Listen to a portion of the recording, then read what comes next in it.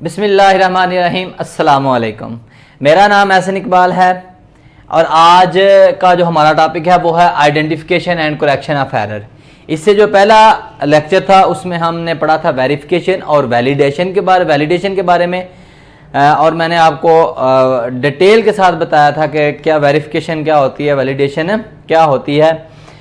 ये जो हमारा टॉपिक है ये इस चैप्टर का लास्ट टॉपिक है, यानी कि जो लेक्चर नंबर 8 है इस चैप्टर का लास्ट लेक्चर है। इसके बाद इंशाल्लाह हम अपना जो नेक्स्ट चैप्टर है नंबर सिस्टम वो शुरू करेंगे। तो ये एक इम्पॉर्टेंट टॉपिक है identification and correction of error. इसी में हमारे पास ट्रेस टेबल भी आ जाता है।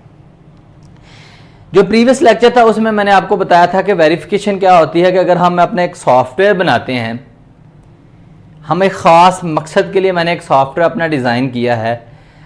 अब जो मेरा सॉफ्टवेयर वो मुझे सोल्यूशन तो देता है, लेकिन जिस मकसद के लिए मैंने उसको डिज़ाइन किया है वो मेरा मकसद पूरा नहीं हो रहा, उस मकसद के तहत वो मुझे रिजल्ट्स नहीं दे रहा। यानी कि मेरी जो वेरिफिकेशन है वो वेरीफाई नहीं कर रहा, जो मेरे रिजल्ट्स हैं उनको वेरीफाई नहीं कर रहा। तो उस को हम कहते हैं identification and correction of error. कि हम फिर उसमें हम आइडेंटिफाई करते हैं कि कौन सी ऐसी वजह है, किस वजह से जो मेरा सिस्टम है जो मैंने डिज़ाइन किया है वो मुझे मेरा मसलन डिज़ायर रिजल्ट्स मुझे मेरे नहीं दे रहा। तो हम उसमें क्या करते हैं, फिर उसमें हम आइडेंटिफाई उस एरर को करते हैं और उस एरर को हम क्या करते हैं, करेक्ट करते हैं। तो एरर कैसे आती है? वो जो एरर हमारे पास आती है वो एरर होती है लॉजिकल एरर। अब लॉजिकल एरर क्या होती है? लॉजिकल एरर ऐसी एरर होती है जो मेरी गलती होती है, जो डिज़ाइनर की गलती, जो एक सॉफ्टवेयर जिसने डिज़ाइन करना है, जिसने एक सॉफ्टवेयर बनाना है, उसकी मिस्टेक जो होती है that is called logical error. For example कि अगर कैलकुलेटर में एक मेरे पास एक कैलकुलेटर है, उसमें एक वैल्यू मैं पुट करता हूँ +3, ठीक है, लेकिन उसकी जगह मैंने पुट करनी होती है -3। अब -3 करने से भी कैलकुलेटर मुझे वैल्यू दे रहा है, मुझे आंसर दे रहा है, लेकिन मुझे चाहिए +3 वाला, ठीक है। तो जैसे -3 करूंगा, मुझे कैलकुलेटर को नहीं पता कि मैंने उसको वैल्यू प्लस में पुट करनी है या माइनस में पुट करनी है, ठीक है। उस जो वैल्यू उसको मैं पुट करूंगा उसने मुझे आंसर दे देना, लेकिन मेरा जो डिज़ायर रिजल्ट्स मेरे होंगे वो मुझे नहीं मिलेंगे। तो उस मकसद के लिए वो होती है मेरे पास लॉजिकल एरर, उसको हम बोलते हैं कि that is called logical error. तो उसने यहाँ एक एग्जाम्पल दी है लॉजिकल एरर की, किस तरह एक लॉजिकल एरर क्रिएट होती है। उसने एक एग्जांपल मुझे दी है। कहता है कि आपने एक वॉलीबॉल टीम सेलेक्ट करनी है जो कि 8 स्टूडेंट्स या 8 खिलाड़ियों पे, जो 8 प्लेयर हैं उसमें इंक्लूड है, ठीक है। एक लिस्ट है 8 प्लेयर्स की, ठीक है। उसमें से आपने उन प्लेयर को सिलेक्ट करना है कि जिनकी हाइट 144 और 160 के बिटवन हो, 164 के बिटवन हो, यानी 144 और 164 के बिटवन वो वाले प्लेयर जिनकी हाइट इन दो हाइट्स के मिड में होगी, यानी इन दोनों के दरमियान होगी, ये और ये इन दोनों के दरमियान वाली हाइट्स वाले जो प्लेयर होंगे उनको हमने सेलेक्ट कर लेना है, बाकियों को हमने रिजेक्ट कर देना है, ठीक है। तो शुरू करते हैं। सबसे पहला स्टेप स्टार्ट किया उसने। सेकंड स्टेप में उसने किया क्या, सेंड काउंट टू 0, ठीक है। अभी क्योंकि शुरुआत है, वैल्यू कोई नहीं है मेरे पास, तो लिहाजा काउंट उसने क्या किया, 0। काउंट में ये आएगा वैल्यू में, यानी कि अगर हमारे पास एक स्टूडेंट की मुझे हाइट मिल जाती है तो वहाँ पे यहाँ पे 1 हो जाएगा, 2 की मिल जाती है 2 हो जाएगा, 3 की मिल जाती है 3 की, यानी कितने हैं मेरे पास जो स्टूडेंट हैं वो काउंट हो गए हैं, यानी 144 और 164 के दरमियान कितनी वैल्यू मुझे मिल गई है वो ये काउंट है। क्योंकि अभी तक हमने कोई काम नहीं किया, लिहाजा हमारे पास जो वैल्यू है वो क्या है, 0 है। सेट ऑल हाइट्स, ये गिवन हाइट्स हैं, ठीक है। Set all height in the list, ठीक है। ये वाली जो हाइट है ये हमने इसकी एक लिस्ट बना लेनी है। यहाँ पे काम शुरू होता है बेसिकली। स्टेप 5 में कहता है if height greater than 144 and height less than equal to 164 then count +1, ठीक है। तो देखें अगर मेरे पास पहली हाइट है 154, तो मैं चेक करता हूं कि अगर मेरे पास हाइट जो है वो 144 से बड़ी हो और 164 से छोटी हो, ठीक है, तो मेरे पास उसको उसने सेलेक्ट कर लेना है। अगर नहीं है तो उसको क्या कर देना है, रिजेक्ट कर देना है, ठीक है।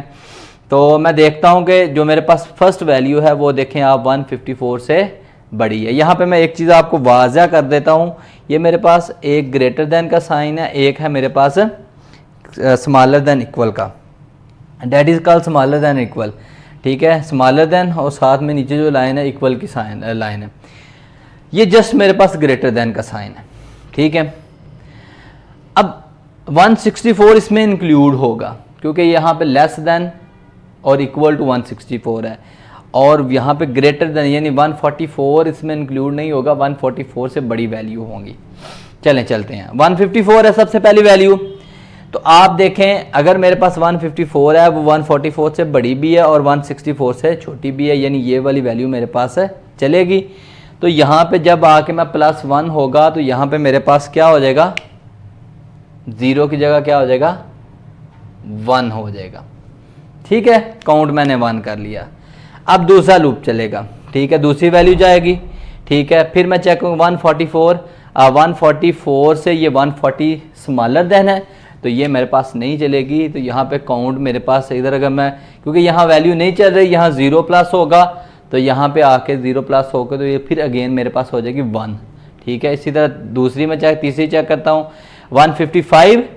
155 जब हम चेक करेंगे तो हम देखेंगे कि ये 144 से बड़ी भी है और 164 से छोटी भी है, तो ये भी मेरे पास चलेगी। तो यहाँ पे जब 1 में +1 होगा तो यहाँ पे मेरे पास क्या हो जाएगा, 2 हो जाएगा। थर्ड के लिए मैं चेक करता हूँ 164, अब ये भी चलेगी, क्यों कि मेरे पास जो value less than equal to 164 यानी 164 और इससे छोटी होनी चाहिए। ये 164 है, यहाँ पे मैं +1 करूँगा तो यहाँ पे मेरे पास क्या हो जाएगा, 3 हो जाएगा। इसी तरह 144 है, उसने बोला वो ग्रेटर देन 144 कि 144 से क्या होगी, बड़ी होगी, तो लिहाजा ये वाली इंक्लूड है। अगर 145 इधर होती तो वो उसमें आ जानी थी। तो फिर यहाँ पे 0 चलेगा तो वो 3 ही रहेगी। इसी तरह अगर हम इधर आ जाए 166 ये इससे बड़ी हो जाती, ये भी नहीं चलेगी, ठीक है। 160 ये चलेगी, ठीक है, तो यहाँ पे क्या हो जाएगा, 4 हो जाएगा। और 143 है, ये भी नहीं इसमें चलेगी क्योंकि ये 144 से छोटी है। यहाँ पे आउटपुट आ जाएगी और ये हमारे पास एल्गोरिदम क्या हो जाएगा, एंड हो जाएगा। अब ये तो था एक एग्जांपल उसने दी थी कि अब उसमें उसने हमें बोला हुआ था कि आपने ऐसे स्टूडेंट की सिलेक्शन करनी है जिनकी हाइट 144 और 164 दोनों को इंक्लूड करके, और इसके दरमियान वाली जो हाइट होंगी उनको आपने सेलेक्ट करना है। लेकिन मेरे पास जो हाइट आई हैं, ठीक है, उसमें ये मेरे पास 144 जो इंक्लूड नहीं हुआ, 144 इंक्लूड नहीं हुआ, यानी मेरे पास एरर आ गई, मेरे पास एरर आ गई। मैंने एक ऐसा सिस्टम डिज़ाइन करना था, एक ऐसा सिस्टम बनाना था जो कि 144 और 164 के दरमियान में वैल्यू को सेलेक्ट करके तो उसको यानी कि वो वाली मुझे दे, ठीक है। लेकिन 144 वाली क्या हो गई, स्किप हो गई, ये मेरे पास वैल्यू नहीं आई। अच्छा जी, अब इस मिस्टेक को दूर करने के लिए हम यूज़ करते हैं ट्रेस टेबल।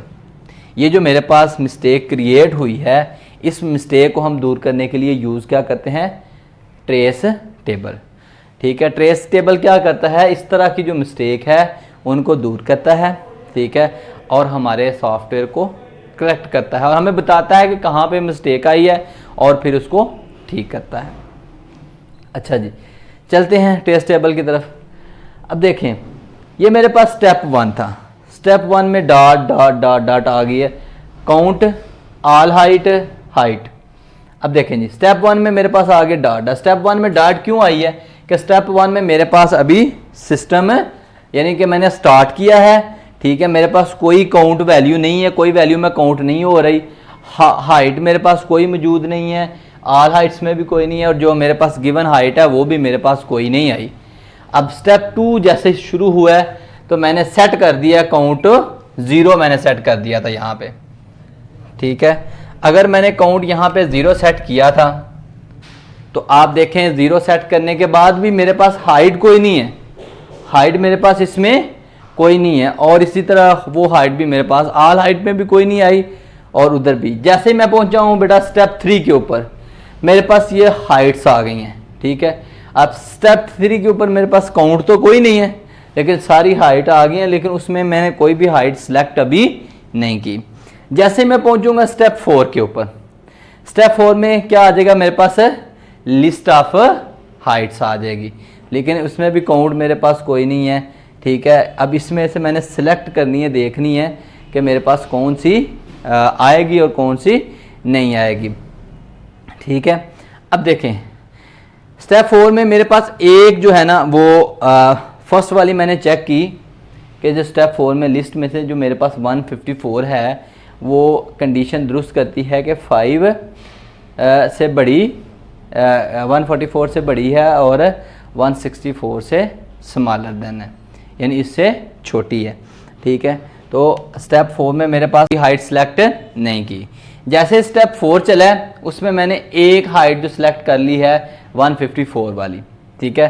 154 वाली मैंने सेलेक्ट की, ठीक है, यानी 154। अब देखें आप कि 154 जो मेरे पास है वो इस कंडीशन को सेटिस्फाई कर रही है कि ग्रेटर देन और लेस देन इक्वल इन दोनों के दरमियान में मेरे पास आ रही है। तो लिहाजा यहाँ पे आके स्टेप 1 जो 5 है वो मेरे पास आ जाएगा, यानी काउंट जैसे यहाँ पे आएगा कंडीशन सेटिस्फाई होगी, +1 होगा, तो काउंट मेरे पास 0 की बजाय क्या हो जाएगा, 1 हो जाएगा, ठीक है। फिर अगेन स्टेप 2 के ऊपर 4 के ऊपर चलेगी, ठीक है। 4 के ऊपर जाएगी, फिर चेक करेगी कि 140 है, तो हम देखेंगे 140 greater than less then in दोनों के मिड में नहीं है, दरमियान में नहीं है, ठीक है। 140 नहीं है तो काउंट कोई भी मेरे पास नहीं होगा, काउंट 0 होगा, तो वो अगेन मेरे पास क्या आ जाएगा, 1 आ जाएगा, ठीक है। मैं फिर चेक करूंगा तीसरी वैल्यू को 155 दोनों के दरमियान में मौजूद है, ठीक है, 155। तो काउंट जब आएगा तो 1 + 1 कितनी हो जाएगी, 2 हो जाएगी। इसी तरह मैं नेक्स्ट वैल्यू के लिए चलूँगा, ठीक है। 164 वो भी इसमें मौजूद है, ठीक है, तो उसमें +1 के होके क्या हो जाएगा, 3 हो जाएगा, ठीक है। नेक्स्ट 144 के लिए चलूँगा तो वो यहाँ पे इंक्लूड नहीं होगी। अब मेरे पास जो मसला है वो जस्ट 144 में है, ठीक है। अगर अब देखो लॉजिकल एरर क्या है, लॉजिकल एरर ये है कि अगर तो मैंने यहाँ पे ग्रेटर देन इक्वल का साइन लगाया होता, इक्वल का भी साइन इधर लगाया होता, तो यहाँ पे जो मेरे पास 144 वाली हाइट थी वो भी इंक्लूड होनी थी, लेकिन यहाँ पे 144 वाली हाइट इंक्लूड नहीं हुई, ठीक है। तो ये सबसे बड़ी, ये अगर ये मेरी मिस्टेक लॉजिकल मिस्टेक ना होती तो मेरा जो मैंने एक सॉफ्टवेयर डिज़ाइन किया या ये जो एल्गोरिदम बनाया है इसने बिल्कुल मुझे मेरा करेक्ट आंसर देना था, ठीक है, और मुझे किसी परेशानी की भी ज़रूरत नहीं होनी थी। लेकिन ये मेरी छोटी सी मिस्टेक की वजह से मुझे यानी कि सारा काम एक ट्रेस ऑफ टेबल के ज़रिए करना पड़ा, चेक करना पड़ा कि मेरी एरर कहाँ पे आई है और किस वजह से मेरी एरर आ रही है। तो trace of table basically error को फाइंड करने के लिए और करेक्ट करने के लिए इस्तेमाल होता है। हाँ, ये तो एक छोटा सा एंड पे एक और टॉपिक था मेरा ख्याल, वैलिड टेस्ट डाटा। वो ऑलरेडी हम प्रीवियस लेक्चर में पढ़ चुके हैं जहाँ पे हमने टाइप ऑफ टेस्ट डाटा पढ़ा था, ठीक है। तो उसमें आप चेक कर लीजिएगा वैलिड टेस्ट डाटा, तो उस वहाँ से आपको उसकी समझ आ जाएगी। आज के लेक्चर में अगर किसी को कोई मसला है, कोई इशू है, किसी चीज़ की समझ नहीं आई, ये एक मैं अगेन फिर आपको बता दूं कि ये बड़ा इंपॉर्टेंट टॉपिक है, अच्छे तरीके से इसको समझिएगा, ठीक है। तो अगर किसी को इशू है किसी किस्म का तो काइंडली मैंने डिस्क्रिप्शन में अपना लिंक दिया है, आप मुझसे राब्ता कर सकते हैं। इसके अलावा मैथमेटिक्स के अगर किसी को लेक्चर्स चाहिए तो डिस्क्रिप्शन में मैंने लिंक दिया हुआ है, एक और हमारा चैनल है, तो वहाँ से आप उन तक रसाई हासिल कर सकते हैं। अब तक के लिए मुझे इजाज़त दीजिए। इंशाल्लाह जो नेक्स्ट हमारा टॉपिक होगा वो हमारा चैप्टर 2 में से होगा, तो इंशाल्लाह अगेन मिलते हैं। अल्लाह हाफिज़, अपना बहुत ख्याल रखिएगा।